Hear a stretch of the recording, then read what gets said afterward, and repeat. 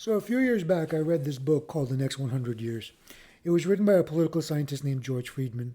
Now, in the book, he was predicting what he thought was going to happen over the next 100 years, and his prediction was basically that the U.S. would stay the dominant country. Now, when talking about the U.S., he had a section on U.S. presidents. And Friedman's belief was that U.S. presidents couldn't really affect the direction of the country too much because the position itself constrained them. The system provided guardrails. He did offer a caveat, though. He thought that if a sufficiently outlier president, someone who broke norms, came along, it would disrupt the system.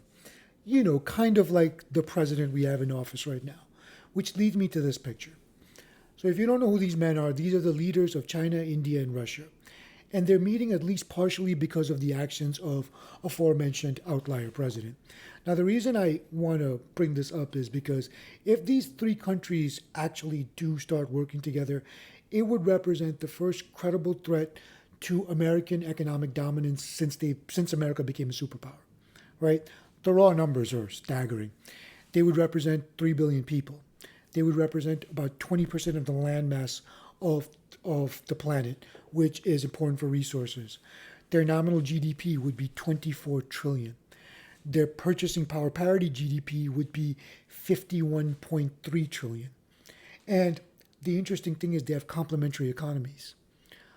China is very good with hardware, infrastructure, manufacturing. They're good at research. India is very good at the service sector, software. Um, they also have a burgeoning manufacturing sector coming up. Um, Russia, it's the energy superpower, you know, um, oil, gas, uranium.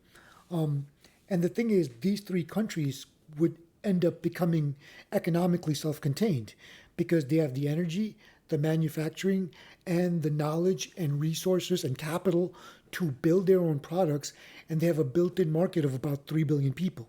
They could effectively completely sidestep Western economies. It would be such a dramatic geopolitical shift. Now, here's the thing. I never thought this would happen because China and India cannot stand each other. These tensions have been raging since the 60s.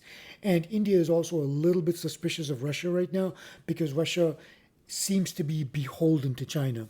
But the current economic conditions are forcing these three countries together. And if they do unite, we're going to have a dramatically different world. Anyway, something to think about. Have a good one.